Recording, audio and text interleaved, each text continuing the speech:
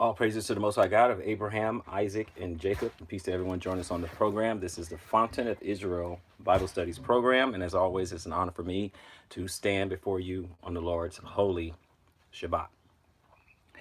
We're going to continue in our series. Thinking about switching it up a little bit later, but for now, we're going to continue through our series, Walk Through the Bible, where we simply read straight through the Bible, and then we go back again and retrace our steps and break down, particular words and instances in order to get a deeper understanding. The other thing that we're going to do is we're going to read from the scriptures, right? We're going to read from the scriptures version, and then we go back to the King James and look at the Strongs and look at the meaning of words.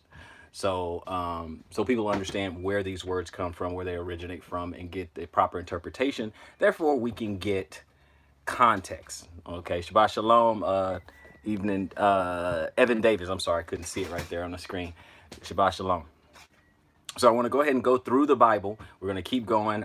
We may go chapter 12, 13, maybe 13, 14, just whatever time allows. We're going to go with whatever time allows. It may let us go through about, I usually stay about an hour, do about an hour, and then we move forward. But again, the reason we want to go through it is because a lot of times when we read, we just kind of read through it, kind of gloss over it, and we take for granted a couple of things. You know how sometimes you can start and read it, and then sometimes we kind of skip some words because we already know what it's going to say next.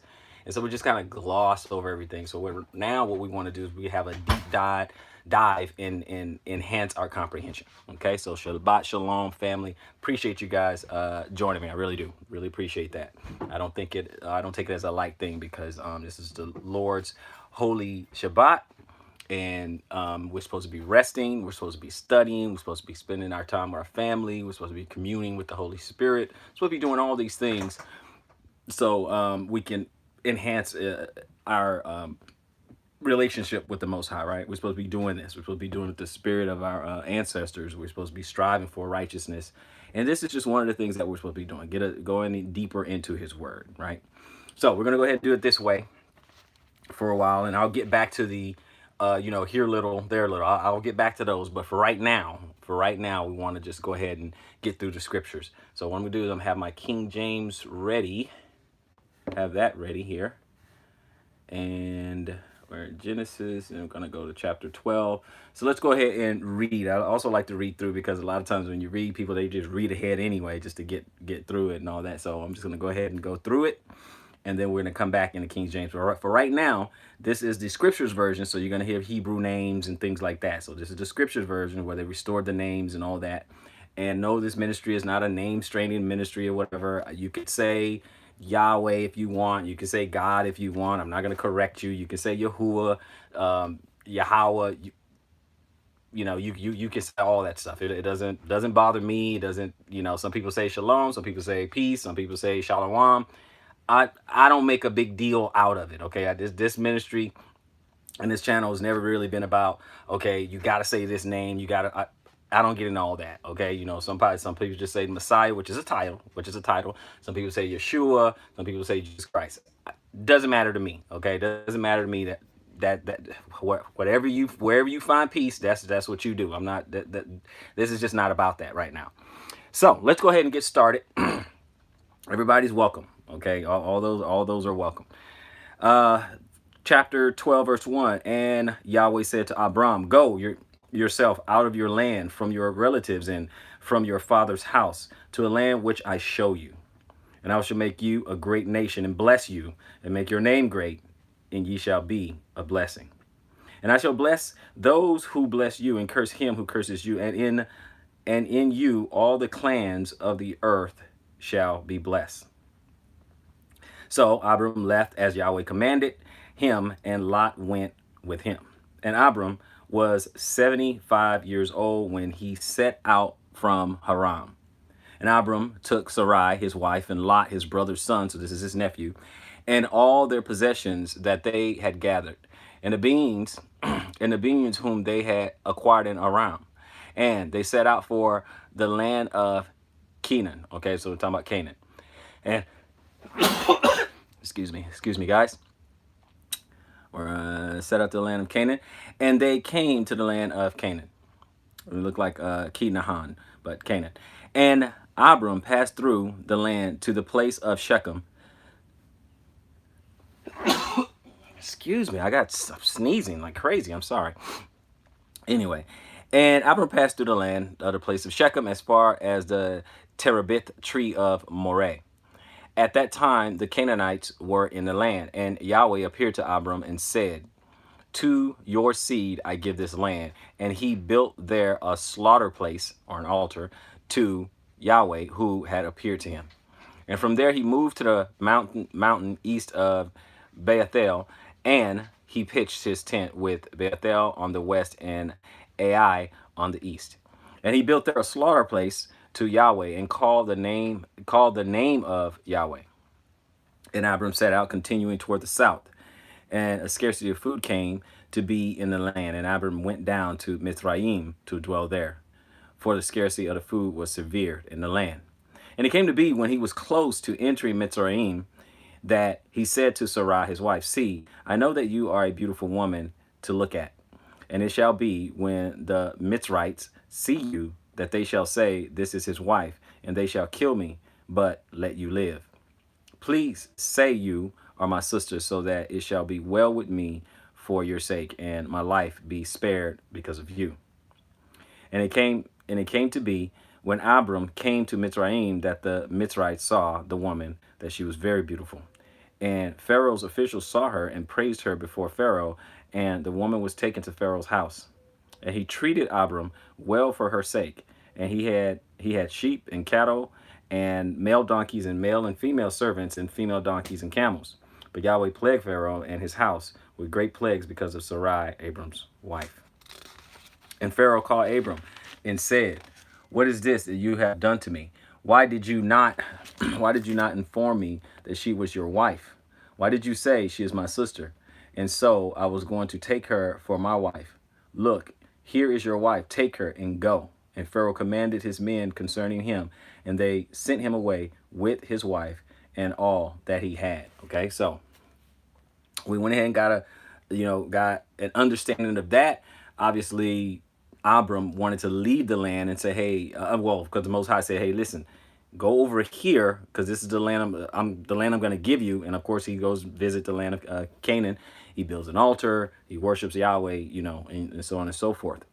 But Abram at this point, it's just him, Sarai, and Lot, his nephew, okay, and all their possessions, and the servants that came in there, because Abraham was actually increasing in wealth and substance, right?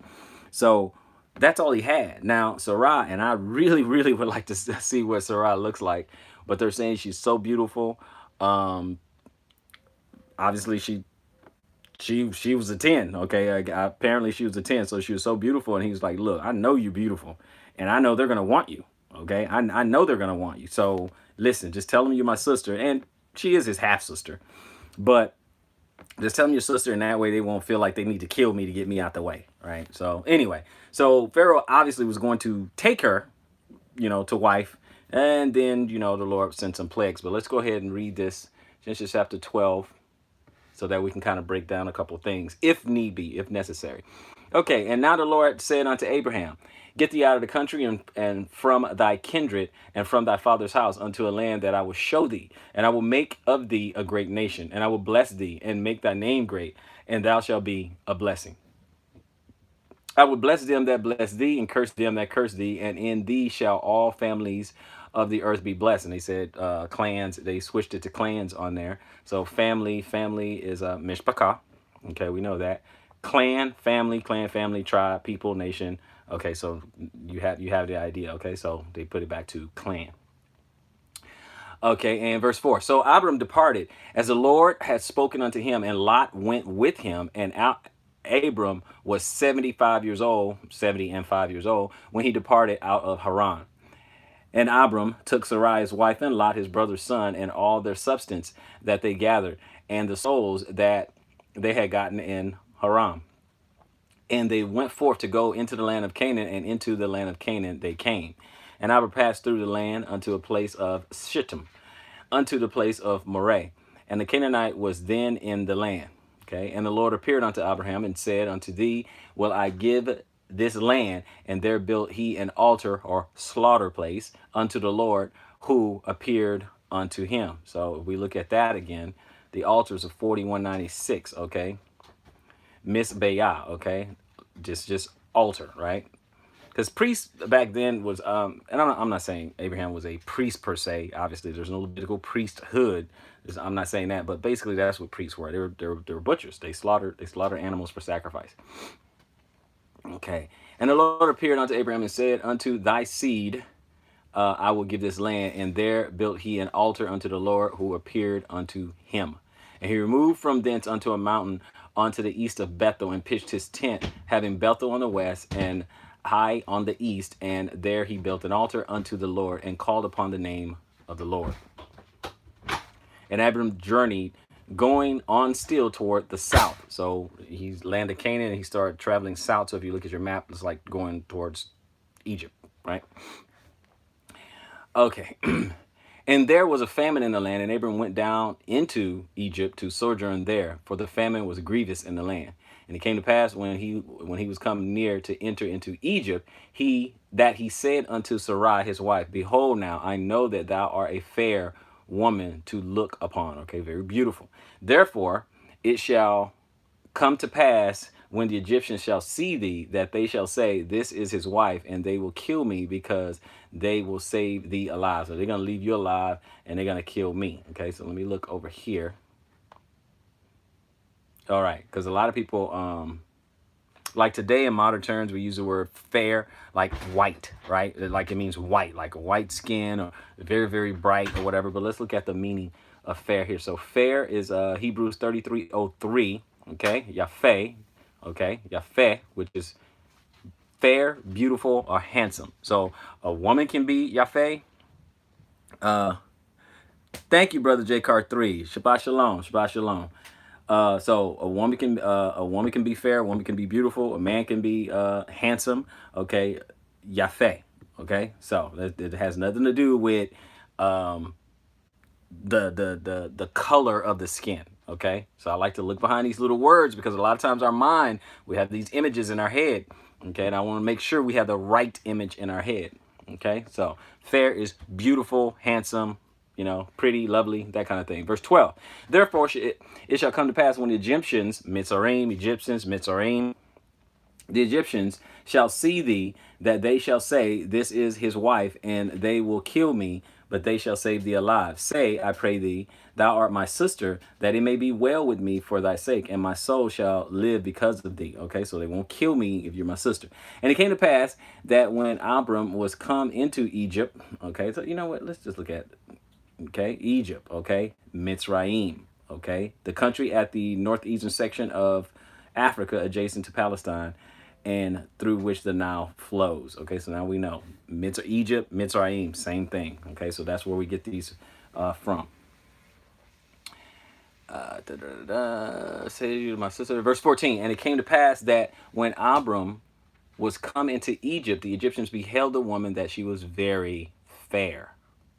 The princes also of Pharaoh saw her, and commended her before Pharaoh. And it was like, man, Pharaoh, she's nice. She's easy on the eyes. She's nice. And the woman was taken into, and the woman, was taken into Pharaoh's house. And he entreated Abram well for her sake. And he had sheep and oxen and asses and manservants and maidservants and she asses and camels. And the Lord plagued Pharaoh and his house with great plagues because of Sarai, Abram's wife. And Pharaoh called Abram and said, what is this that thou hast done unto me? Why didst thou not tell me that she was thy wife? Why sayest thou, she is my sister, so I might have taken her to be my wife? Now, therefore, behold thy wife, take her and go away. And Pharaoh commanded his men concerning him, and he sent him away, and his wife, and all that he had. So he said, look, man, are you trying to get me killed? What are you doing? What's going on? Okay, why didn't you tell me this was your wife? You know, you about to get me caught up, basically, right? So, you know, we know the Lord visited Pharaoh there, but we're going to go to the next chapter, in chapter 13, okay? So let's read that. Let's see what's going on. And Abram went up from Mitzrayim, I'm back in the scriptures, right? Chapter 13, verse 1. And Abram went up from Mitzrayim into the south, he and his wife and all that he had, and Lot with him. And Abram was very rich in livestock, in silver, and in gold. So he was very, very wealthy, and his wealth was growing. And he went on his journey from the south as far as Bethel, to the place where his tent had been at the beginning, between Bethel and Ai, to the place of the slaughter place which he had made there at first. And there Abram called on the name of Yahweh. Now Lot, who went with him, also had flocks and herds and tents, and the land was not able to bear them, that they might dwell together, for their possessions were great, so that they could not dwell together. They were getting a lot, all their possessions, because your wealth was defined in cattle and silver and gold, okay, and herds and stuff like that. So that's how your wealth was defined in that place. And actually it's going to be defined as that again, especially if you're in the prepper movement. Okay, to the place of the slaughter place which he had made there at first, and there Abram called on the name of Yahweh. Now Lot went up whatever also he had flocks and herds, and the land was not able to bear them, that they might dwell together, for their possessions were great, so that they could not dwell together. And there was strife between the herdsmen of Abram's flocks or livestock, and the herdsmen of Lot's livestock. And at that time the Canaanites and the Perizzites dwell in the land, okay, other Africans. Then Abram said to Lot, let there be no strife between you and me, and between my herdsmen and your herdsmen, for we are brothers. It's not all the land before you. Please separate from me. If you take to the left, then I will go to the right, or if you go to the right, then I'll go to the left. And Lot lifted up his eyes and saw all the plains of Jordan, that it was well watered everywhere, before Yahweh destroyed Sodom and Amorah, like the garden of Yahweh, like the land of Mitzrayim, as ye go towards Soar. So Lot chose for himself all the plain of the Jordan, and Lot moved east. Thus they separated from each other. Abram dwelt in the land of Canaan, and Lot dwelt in the cities of the plains, and pitched his tent as far as Sodom. But the men of Sodom were evil and sinned before Yahweh exceedingly. And after Lot had separated from him, Yahweh said to Abram, now lift up your eyes and look from the place where you are, and northward and southward and eastward and westward. For all the land which ye see I shall give to you and your seed forever. And I shall make your seed as the dust of the earth, so that if a man could count the dust of the earth, then your seed also could be counted. Arise, walk in the land through its length and its breadth, for I give it to you. So Abram moved his tent and went and dwelt by the terebinth trees of Mamre, which are in Hebron, and built a slaughter place there to Yahweh. Okay, so pretty self-explanatory. It's laid out, and we got to do it in the King James so we can pick out some word and have ourselves a little deep dive. Okay, so in the King James, Genesis 13:1, it says, and Abram went out of Egypt, he and his wife and all that he had, and Lot with him, into the south. And Abram was very rich in cattle and silver and in gold. And he went on his journey from the south even to Bethel, unto the place where his tent had been at the beginning, between Bethel and Ai, unto the place of the altar, which he had made there at the first. And there Abram called on the name of the Lord. And Lot also, which went with Abram, had flocks and herds and tents. And the land was not able to bear them, that they might dwell together, for their substance was great. Okay, let's look at substance. 73.99 rakush. Okay, property, food, possessions, properties. Okay, general term for all movable goods, livestock, stores, utensils, etc. Okay, so they had a lot of stuff. Each of them had a lot of stuff. Okay. For their substance was great, so that they could not dwell together. In verse 7, and there was a strife between the herdsmen of Abram's cattle and the herdsmen of Lot's cattle, and the Canaanite and the Perizzites dwell then in the land. Okay, and these Canaanites, Perizzites, Hivites, all those Amorites, all these were African tribes. Okay, Hamitic people. Okay,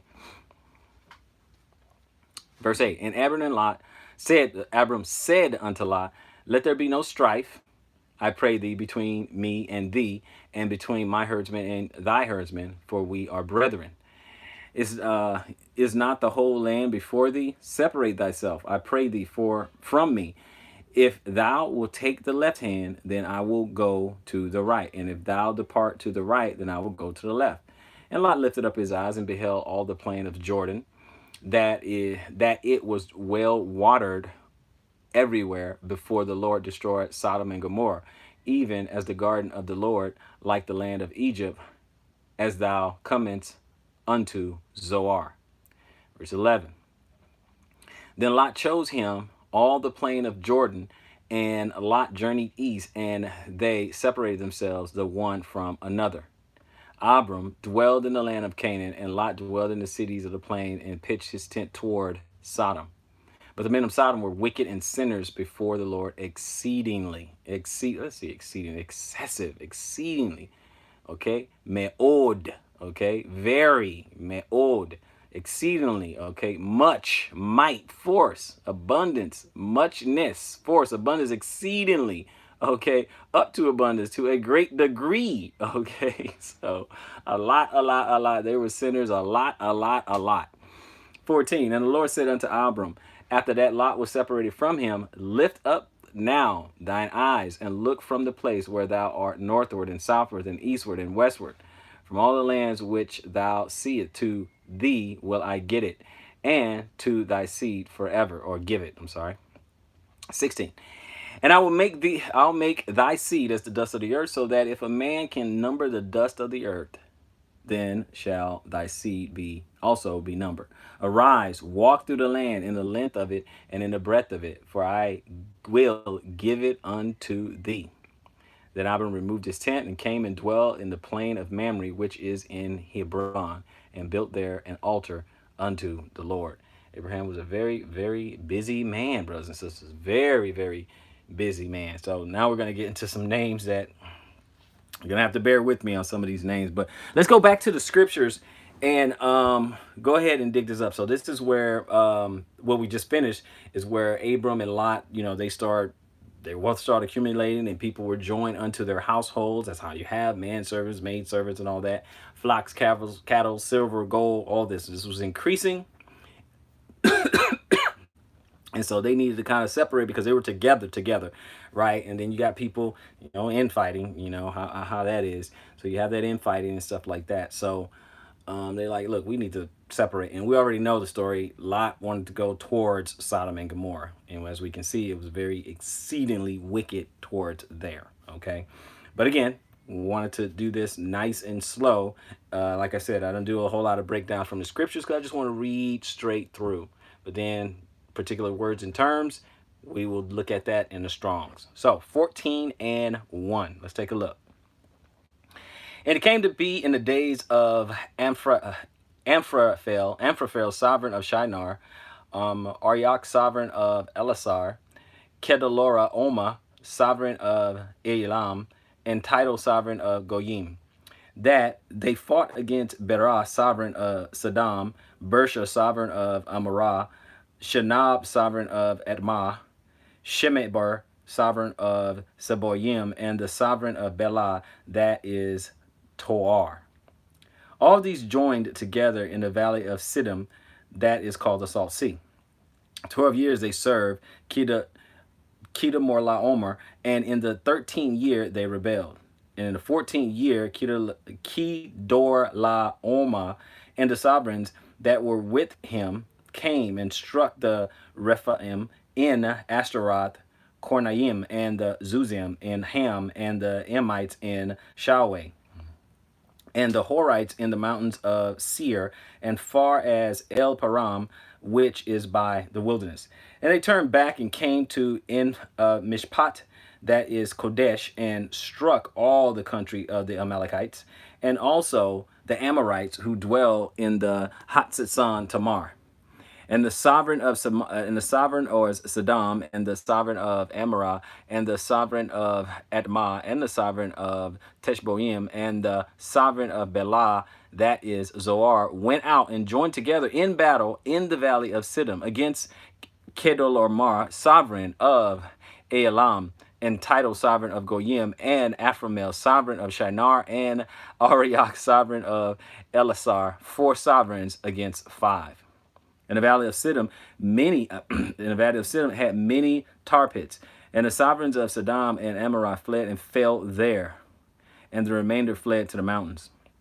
And they took all the goods of Sabah and Amorah and all their food and went away. And they took Lot, Abram's brother's son, who dwelt in Sedom, and his goods, and left.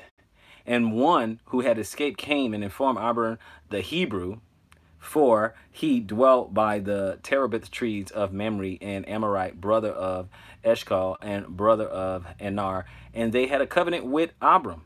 And when Abram heard that his brother was taken captive, of course it was his nephew, but that's how they saw things, he armed his 318 trained servants who were born in his own house and went in pursuit as far as Dan. And he and his servants divided against them by night and struck them and pursued them as far as Hobah, which is on the left of Damascus.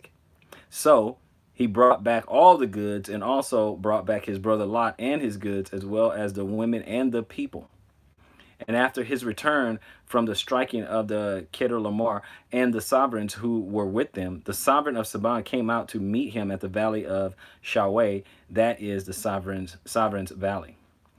And Melchizedek, sovereign of Shalem, brought out bread and wine. Now he was the priest of the Most High El.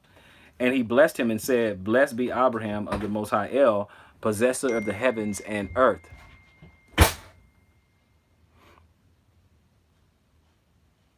Of the heavens and earth, and blessed be the Most High El, who had delivered your enemies into your hand. And he came and he gave him a tenth of all. And the sovereign of Saban said to Abram, Give me the people and take the goods for yourself. But Abram said to the sovereign of Saddam, I have lifted up my hand to Yahweh, the Most High El, the possessor of the heavens and earth, not to take a thread or a sandal strap or whatever is yours, lest you should say, I have made Abram rich, except only what the young men have eaten, and the portion of the men who went with me, Anar, Eshcol, and Mamre. Let them take their portion. Okay, so all right, I appreciate you guys kind of hanging in there, but when you have an introduction of new terms, sometimes you're gonna, that's just how it is. Sometimes when you have an introduction of new terms, you're not used to saying certain words. So we're gonna go to the Strongs, and we're gonna start looking at some of these terms and get a deep dive. Okay, we see what happened. Basically, as we can tell from this story, Lot got captive. Okay, he was held captive. They took him, took his substance, took his manservant, all that, took all of that, and basically got captured. And then someone brought word back to Abram, and Abram had his all his trained servants, and they said, look, we got to go pick up my brother, which was his nephew. We got to go pick up my brother. And they went and did that. So let's look at it over here in the King James. And it came to pass in the days of Amphrael, king of Shinar, Arioch, king of Elasar, Kedorlaomer, king of Elam, and Tidal, king of nations, that these made war with Bera, king of Sodom, and with Bersha, king of Gomorrah. Okay, Shanab, king of Admah, and Shemebar, king of Zeboim, and the king of Bela, which is Zoar. All these were joined together in the Vale of Saddam, which is the Salt Sea. 12 years they served Kedorlaomer, and in the 13th year they rebelled. And in the 14th year came Kedorlaomer and the kings that were with him, and smote the Rephaims of Ashtaroth Karnaim, and the Zuzims in Ham, and the Emims in Shaveh Kirathaim, and the Horites in the Mount Seir unto El Param, which is by the wilderness.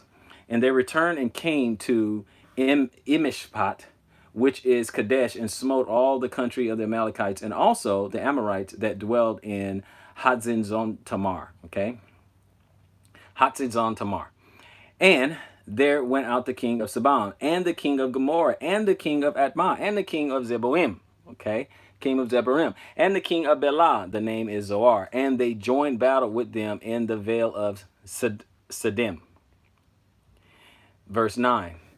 With Kedar Lamar, the king of Elam, and the title king of nations, and Amphraphel, king of Shinar, and Arioch, king of Alasaph, 4 kings with 5, okay? Against 5, basically. And the vale of Siddim was full of slime pits, okay? And the kings of Sodom and Gomorrah fled and fell there, and they that remained fled to the mountains. And they took all the goods of Sodom and Gomorrah and all the victuals and went their way. Look at victuals, okay?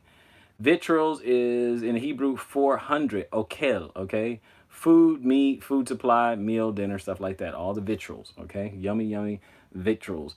I know they use victuals in if you guys remember Billy Hill's Billy's they would say like victuals, all right? It's kind of derived from the victuals, you know, food, stuff to eat.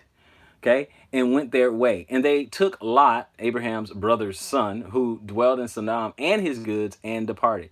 And there came one that had escaped and told Abram the Hebrew, for he dwelt, and this is one of the early times when we see the word Hebrew, 5680, okay, Ibri, okay, it's Ibri, okay, in the Hebrew, Ibri, so we know what that is. Okay, but it's one of the first times we see the word Hebrew. For he dwelt in the plain of Mamre, and an Amorite, brother of Eshcol, and brother of Anar. And these were confederate with Abram, which they were on his side. They teamed up and formed an alliance. And when Abram heard that his brother was taken captive, he armed his trained servants, born in his own house, 318, and pursued them unto Dedan. Okay, so that's like a whole prepper thing, but people will move. There's this obviously there's a movement of people interpret "come out of her, my people" as not only spiritual, but they believe that physical. They want to live Kodesh, or they want to live set apart, right? So they're moving out to country and rural lands and things like that. And so this is one of those examples where you can do that. You separate yourself, and then you can have people you have people basically work for you, right? That's what I mean, in his master's house and things like that. And they're saying people born in his house because they're with him for a long time. And so his servants, they form relationships and they have babies and things like that. So his household is growing. And again, he trained them, prepare them, and stuff like that. Okay, so it's kind of like, I don't want to say welfare. I don't want to say that, because the servants actually it's kind of like, they servants. Okay, it's kind of like employment, because they did earn their keep. It wasn't just that Abraham did everything and just paid all their bills and that's it, right? And of course they didn't have any bills, but you know what I mean. And took care of them just for nothing. I mean, they did work for it. So you could basically say this is when employees lived with the boss. You can look at it like that.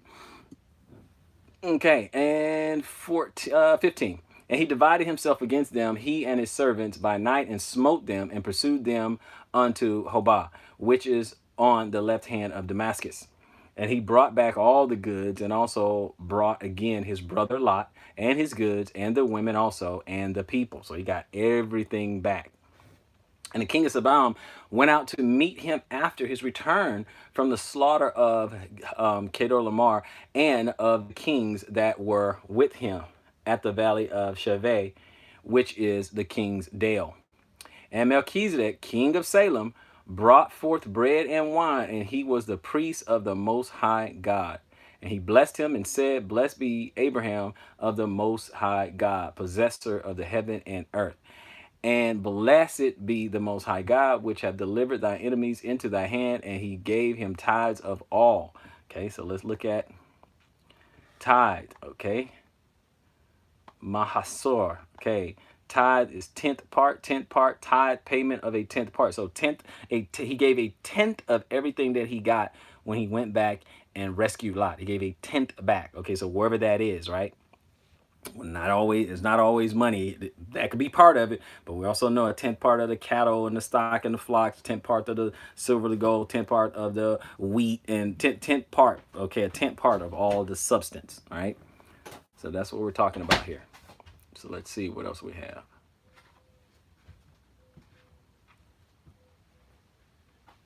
21. And the king of Sodom said unto Abram, give me the persons and take the goods to thyself. And Abram said to the king of Sodom, I have lifted up my hand unto the Lord, the Most High God, the possessor of heaven and earth, that I will not take from a thread even to the shoe latchet, and that I will not take anything that is thine, lest thou should say, I have made Abram rich. He said, I'm not going to take anything from you. Okay, I ain't going to take anything, because then you're going to be you're going to be the one who claimed that you're the one who made me rich. So I'm not going to do that. And in 24, save only that which the young men have eaten, and the portion of the men which went with me, Anar, Eshcol, and Mamre, let them take their portion. Okay, so that's what he's talking. He said, I'm not going to give credit, I'm not going to take anything from you, or anything like that. I don't want to give credit. I serve the Most High. Okay, and like Melchizedek was saying that the Lord is delivered into his hand. So when the Lord delivers someone into your hand, it gave you victory. Okay, that's really all it means. There's a lot of idioms that in the Hebrew language and Hebrew culture. Okay, a lot of idioms. Okay, so basically, someone is given into someone's hand or delivered into your hand means you won. You got the victory, right? So you got the victory. So we just completed 14. Now we're going to go to 15. Okay, we're actually getting through this pretty quick. We're going to go through 15. And see what we can get there. So let's go 15. All right, 15 and 1. And after these events, the word of Yahweh came to Abram in a vision, saying, do not be afraid, Abram. I am your shield. Your reward is exceedingly great. And Abram said, Master Yahweh, what would you give me, seeing I go childless, and the heir of my house is Eleazar of Damascus, okay, or Damasek, right? And Abram said, you see that ye have given me no seed, and see, one born in my house is my heir. And see, the word of Yahweh came to him, saying, this is not your heir, but he who comes from your own body is your heir. And he brought him outside and said, look now toward the heavens and count the stars, if you are able to count them. And he said to him, so are your seed. And he believed in Yahweh, and he reckoned it to him for righteousness.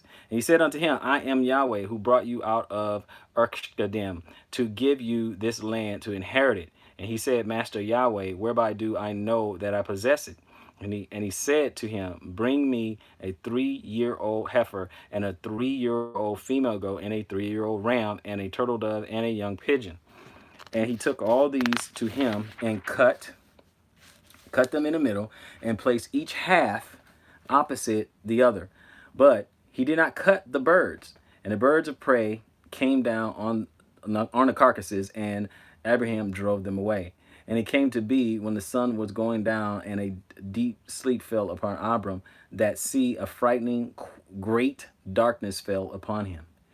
And he said to Abram, know for a certain that your seed are to be sojourners in a land that is not theirs, and shall serve them, and they shall afflict them 400 years. But the nation whom they serve I am going to judge, and afterward let them come out with great possessions. Now, as for you, you are to go to your father in peace. You are to be buried at a good old age. Then, in the 4th generation, they shall return here, for the crookedness of the Amorites is not yet complete. And it came to be, when the sun went down and it was dark, that see, a smoking oven and a burning torch passes through those pieces.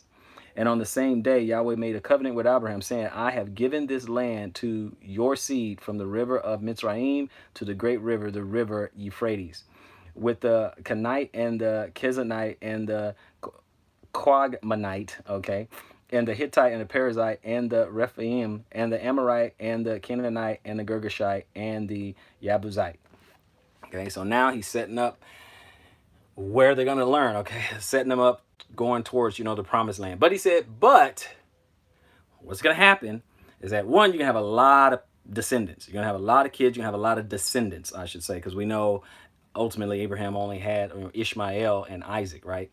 But generationally, okay, he's going to have a lot of descendants, and it's going to be a lot. But first, they're going to go into a land where they're going to serve this land 400 years. And we know he's talking about Egypt, okay, because we know A few went in, and a lot came out. Okay, so we do know that. Okay, so we're just setting the picture right here. We're just showing what's going on. This is what's developing, right? So we just did 15, so we see what's developing. So let's take a quick look here. Okay, we just want to be thorough. We definitely want to be thorough, and we can break down anything as we go. After these things, the word, I'm in Genesis 15:1. After these things, the word of the Lord came to Abram in a vision, saying, Fear not, Abram, I am thy shield and thy exceeding great reward. Okay, I am your shield and your reward. Okay, I got you. Basically, the Lord said, I got you. Don't worry about it. And Abram said, Lord God, what will thou give me, seeing I go childless, and the steward of my house is this Eleazar of Damascus? And Abram said, Behold, to me thou hast given no seed, and lo, one born in my house is my heir. Okay, so a servant, who was born in my house, okay, under my covering, he's going to be my heir. I don't have a natural seed, right? Behold, the word of the Lord came unto him, saying, This shall not be their heir, but he shall come forth out of thy own bowels, shall be thine heir. And he brought him forth abroad and said, Look now towards the heavens, and tell the stars, if thou be able to number them. And he said unto him, So shall thy seed be. And he believed in the Lord, and he counted it to him for righteousness, because you believe. That's where it starts, right there, with righteousness. If you believe these words, if you believe what the Bible says, right there, that's a start. Okay, that's a start. It counted to righteousness because he believed and he trusted in the Most High. That's Abraham. That's why he's the father of our faith. Okay, he stepped out on faith. The Lord said, go this way, that's where he went. He said, go that way, that's where he went. He just trusted, okay? Now, some people think that's not a big deal, right? But think about this. Right now, today, in this day and age, okay? If a man says, hey, I think the Most High wants me to pack up and go over here, move to Montana or something, right? How much pushback would this man get, from his family and the people? How much pushback would he get? He said, I feel like the Lord is leading me this way. This is where I'm going to go. Okay, the average person today is going to get a whole lot of pushback. Well, hold on, brother. Well, let's see. You're gonna hear. You might hear from your wife. You can hear from your friends. What's in Montana? Why would you want to go there? You're gonna get it. That's what I'm saying. It's like a big deal. It is a huge deal like that to believe this is what the Lord wanted me to do. I'm not sure. No, notice he didn't know everything that's gonna happen. He doesn't know. He doesn't know what he's gonna expect when he get to a certain place. But the Most High said, go on over here. I'm going to give it to you. Then he goes somewhere, look like a scene out in Lion King or something. Look, all this, far as the eye can see, I'm going to give all this to you. Okay, so that's the kind of thing that we're dealing with.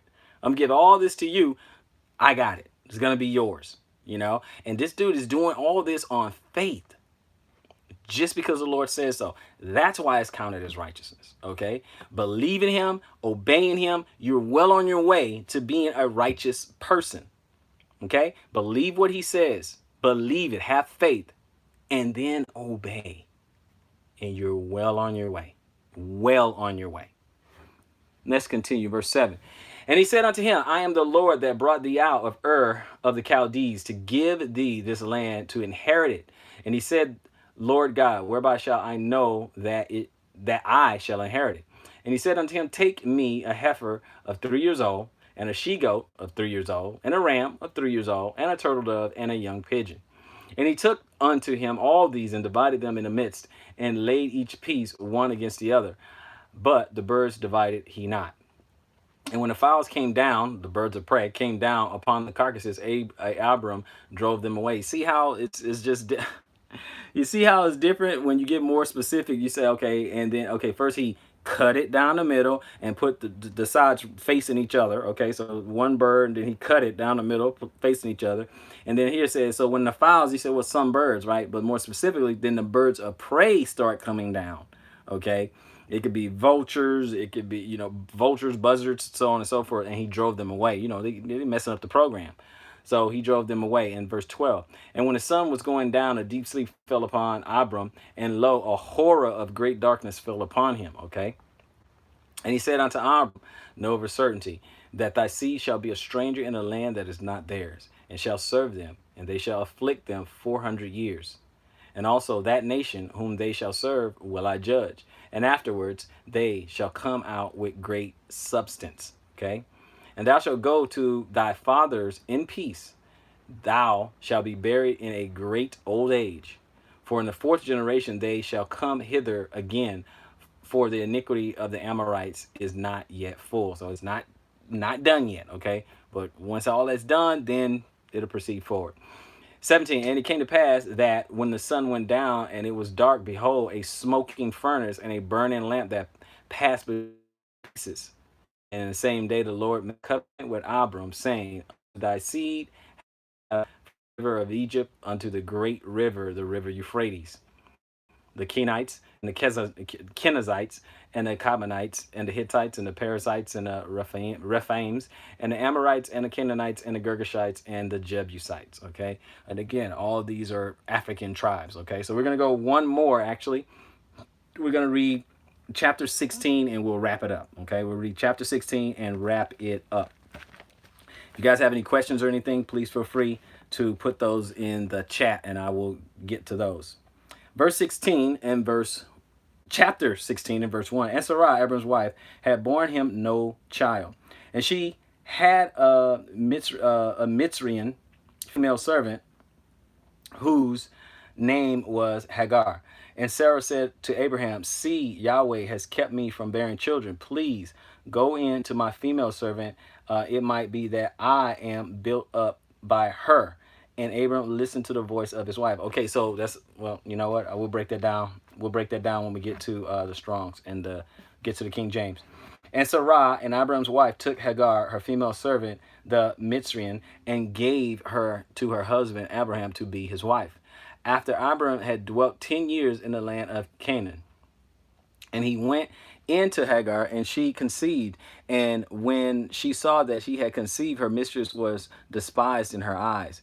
And Sarai said unto Abraham, my wrong be upon you. I gave my female servant into your bosom, and when she saw that she had conceived, I was despised in her eyes. Let Yahweh judge between you and me. And Abraham said to Sarah, see, your female servant is in your hand. Do to her what is good in your eyes. And Sarai treated her harshly, and she fled from her presence. And the messenger of Yahweh found her by a spring of water in the wilderness, by the spring on the way of Shur. And he said, Hagar, Sarah's female servant, where have you come from? And where are you going? And she said, I am fleeing from the presence of Sarai, my mistress. And the messenger of Yahweh said to her, return to your mistress and humble yourself under her hand. And the messenger of Yahweh said to her, I am going to increase your seed greatly, too numerous to be counted. And the messenger of Yahweh said to her, see, you are conceiving and bearing a son, and ye shall call his name Yishmael, because Yahweh has heard your affliction. And he is to be a wild man, and his hand against everyone, and everyone's hand against him, and dwell over against all his brothers. And she called the name Yahweh who spoke to her. You are the El who sees. And she said, even here have I seen after him who sees me. This is why the well was called Beer Lahai Roi. See, it is between Kadesh and Bered. And Hagar bore Abram a son, and Abram called the name of his son, whom Hagar bore, Yishmael. And Abram was 86 years old when Hagar bore Yishmael to Abram. Okay. So now we're getting a little an idea. We know it was a quick synopsis. Sarai was not hadn't had any children as of yet. She says, okay, here, go take Hagar and bear children, and that I'll be all right, that kind of thing. And of course, Abram did it. She bore pretty easily, fertile turtle kind of thing, bore pretty easy, no big deal. Made Sarah feel some type of way, and she started to get mistreated. She left, come back, and we go from there. But let's go ahead and take a quick look, just to be thorough, so we can take a look. All right, now, Sarah, Abram's wife, bare him no children, and she had a handmaid, an Egyptian, Mitzrian Egyptian, whose name was Hagar. And Sarah said unto Abram, behold, now the Lord has restrained me from bearing, so I can't have any kids. So I pray thee, go in unto my maid. It may be that I may obtain children by her. And Abraham hearkened to the voice of his wife. Now listen, what you have to understand is that Everything under Abraham's house, under his covering, under his headship, everything was his. Okay, all of it was his. Okay, and so it was a together type thing initially, right? So Sarah is like, okay, if she have kids, hey, that means my husband, my head, my master, he has kids. Okay, cool. That looks good on me. We have kids, bear seed. Okay, yes, she jumped the gun, but when it's in one household, we are all together. Now, of course, feelings got into it and everything, but we're all together. Okay, that's why she could align herself in thought, in theory, she can align herself with Hagar because okay, we have kids, that kind of thing. All right, so Evan, okay, I'll get to those questions there. All right. So, verse 3. And Sarai, Abram's wife, took Hagar, her maid, the Egyptian, after Abram had dwelt 10 years in the land of Canaan, and gave her to her husband Abram to be his wife. And he went in unto Hagar, and she conceived. And when she saw that she had conceived, her mistress was despised in her eyes. Okay, so this is when Sarah did not like her because she had a baby real quick, real easy. And Sarai said unto Abram, my wrong be upon thee. I have given my maid into thy bosom. And when she saw that she had conceived, I was despised in her eyes. The Lord judge between me and thee. But Abram said unto Sarai, behold, my maid is in thy hand. Do to her as it please you. And when Sarai dealt hardly with her, she fled from her place. So Hagar was like, man, I'm out of here. This is crazy, So we can understand also from uh, Hagar's position. It's like, look, this was your guys' plan, okay? Why are you hating on me? This was your plan. It wasn't my idea, okay? It wasn't my idea. So she's like, man, I'm out of here. So she must have been treated pretty bad in that instance, okay? Verse 7. And the angel of the Lord found her by a fountain of water in the wilderness, by the fountain in the way of Shur. And he said, Hagar, Sarah's maid, whence comest thou, and whither thou wilt go? And she fled. I flee from the face of my mistress Sarah. Okay, so I know, I think Brother Evan asked that question. Okay, we are in verse 8, 9. So let me go back to the question here. Let's see what we got. Let's see what we have.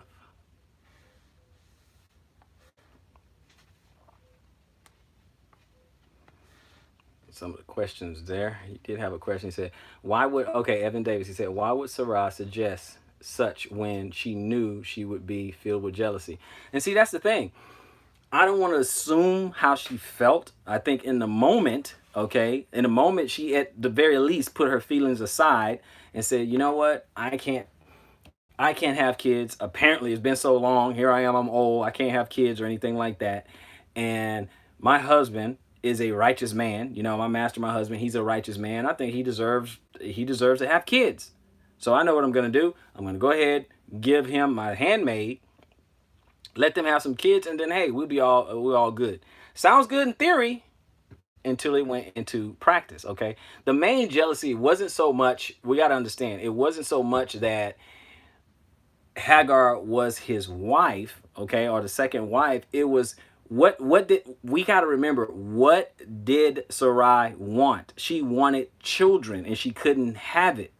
See, people put it on the polygyny and put it on the fact that he had a second wife.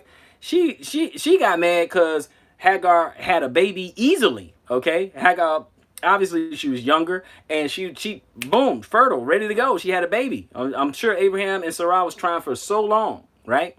So basically, she felt some type of way because she couldn't have a baby, and Hagar had one easy, and then attitudes and stuff start changing, and then that's when Sarah was just treating her harshly, as the scripture says, treating her harshly to run her off, and she ran off. Now, the angel is the one who told Hagar, the messenger God told Hagar, no, go back. First of all, you're going to have a baby. We're going to increase him. He's going to be all right, but by the way, he's going to be a wild man, okay? But you need to go back. Okay, you need to go back under that covering. Okay, so it's not even at that. No. The whole intent was for her to have the children. It wasn't so much the wife. It was just having children that she could not have. Okay, and then attitudes start switching up. Attitude starts training. Okay, start changing things. Okay, So sorry about that. That's the attitude started switching up, and that was it. So let's go back to the script real quick. Okay, went down there. I'll get back to it. All right, 16. Da, da, da, da. Okay, sent her back to Shur. Verse 8. And he said, Hagar, Sarah's maid, whence camest thou, and whither wilt thou go? Like, where you come from and where you going? And she said, I flee from the face of my mistress Sarai. So I ran, I had to get up out of there from Sarai. And the angel of the Lord said unto her. Now remember, angel is talking to Hagar. Hagar is not the bad woman here, okay? She's not the villain, okay? Sarah isn't necessarily the villain, all right? But the angel is talking to her. You know, he's not talking harshly to her. He just say, man, where'd you come from? Where you going? What's going down? She said, I fled from Sarah. And the angel said unto her, return to thy mistress and submit thyself under her hands. He said, no, it's gonna be all right. Go back. Okay. Now we don't know what happened. Okay, we don't know. Now, I'm not saying Hagar is a bad person, but if her attitude changed, if she started teasing Sarah, like, I had a baby, it's my baby, that kind of thing, you know, and all that. And then Sarah's like, what? Okay, well, you need to go. You know, if it wasn't for me, you wouldn't even have a husband. You wouldn't have a child if it wasn't for me. You can see how that fight can ensue. You can see how that happened. Now, that's conjecture on my part, but I'm just trying to get us to a place to where we get to this conclusion, right? To where we get to this. How did we get from here to here? That's all I'm trying to do. All right, and in verse 10, he said, and the angel of the Lord said unto her, I will multiply thy seed exceedingly, that it shall not be numbered for multitude. Okay, so this is a emissary, a messenger of God who's saying this, but speaking as if it was God, but we know it's an angel, right? An angel said unto her, behold, thou art with child, and shall bear a son, and shall call him Ishmael, because the Lord hath heard thy affliction. I know you're going through something. I know you're going through some affliction. I know. I get it. I get it. I know you're treated harshly. I get it. But go back. The Lord heard your cry. Don't worry about it. You're going to have kids, and they're going to be great. They're going to come out a great, great nation. And we know the Ishmaelites are a lot, okay? So we got it. And he will be a wild man. Okay, this is a prophecy, right, of Ishmael. And he will be a wild man. His hands will be against every man, and every man's hand against him. And he shall dwell in the presence of all his brethren. Now, if you go Ishmael, let's read Ishmael real quick. Let's look that up. Ishmael 34:58 in the Hebrew. Okay, Ishmael. Okay, son of Abraham and Sarah, handmaid Hagar, and the progenitor of the Arabian people. Okay, so the Arabs. Okay, this is where we get the Arabs. Okay, I'm looking at it, has some other definitions, but I think we got what we were looking for. Okay, so the Arabs. So you know the Arabs. Okay, all the Iran, Iraq, Arabia. Now we have an idea, all right? And so we know they're at war a lot, even unto this day. They're at war a lot, right? So we're gonna continue. And she shall dwell in the presence. Okay, a wild man be hands against every man, and everybody against him, and he shall dwell in the presence of all his brethren. And he does today. Okay, and she called the name of the Lord that spake unto her. Thou God seest me, for she said, have I also here looked upon him that sees me? Wherefore the well was called Belalahori. Behold, it is between Kadesh and Bered. And Hagar bare Abram's son, and Abram called his son's name, which Hagar bare, Ishmael. And Abram was 86 years old. So 86 years old, scores 20. Okay, 86 years old when Hagar bare Ishmael to Abraham. Okay, so 86-year-old, talk about a child, in his old age. So anyway, let's get back so I can see some comments here, and then we'll close it out. Okay, so shalom, shalom, brother Evan Davis. Shalom to you. Yahosef ben Israel, Shabbat shalom. Lasonia Kasim, Shabbat shalom. M4 Johnny, the man, the myth, the legend, Shabbat shalom. JCar3, Shabbat shalom. Blessings to you and your household, brother. Shabbat shalom. Malak family, shalom. My bro, shalom, shalom. Shalom, shalom, my bro. Let's see here. I was thinking the same thing. I feel that Shem and Melchizedek are the same person. Okay. Well, I know a lot of people, they believe They believe that because book of Jasher, I believe, the book of Jasher, it's in there. It's one of the hidden books where they're saying that Shem is actually Melchizedek, but I'm not gonna debate that or anything like that. But that's what people believe from there. And why would Sarah da da da? Okay, Evan Davis makes sense. Okay. Oh yeah, that explanation. Yeah. So we just gotta figure out, okay, how do we go from here to here? Okay, that kind of thing.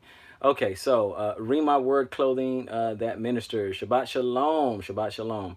Okay, and K Rich Coffee, Shabbat Shalom. Okay, so thank you guys. I appreciate it. Like I said, I like to keep you guys right around an hour or something like that. I appreciate all you guys hanging in there. Please put your comments, questions, concerns. Hit that subscribe button and the notification bell, because I don't want you to miss any of these. I want to do this each and every Shabbat. Just kind of walking through, breaking down the words so we get a deeper understanding. The thing is, once the word gets in you, I don't want anyone to take it away. I don't want no one to take it away. Okay? No problem, brother. No problem at all. I hope someone has been edified. So until next time, search the scriptures and prove all things. Israelite Prepper. That's my other channel. So since it's live, you can't do a retake. Anyway, this is Fountain of Israel. I will be on my channel later, the Israelite Prepper, probably about an hour or so, doing another lesson. So that's why I said that. So see you guys on the next one. Shalom.